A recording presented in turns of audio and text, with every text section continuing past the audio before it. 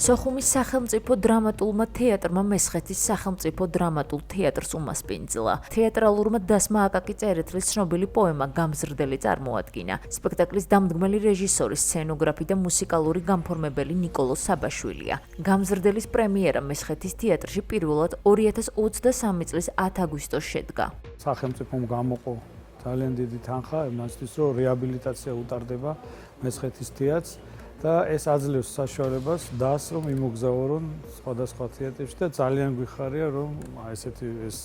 გასტროლო ტურნე ჩვენგან დაიწყო სოხუმის თეატრში არის გასტროლებით ჩვენ შენობაში ახლა მიდის რეაბილიტაცია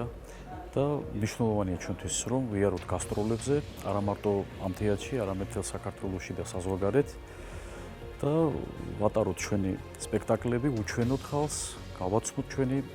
ასე ვთქვათ დადგმული სპექტაკლები მე მინდა მადლობა მოუხადო ბატონ დავით საყვარელიძეს და დირექტორს და ასე შემდეგ მთლიანად ადმინისტრაციას ასეთი კარგი მიღებისთვის მე პირველად თამაშობ ამ სცენაზე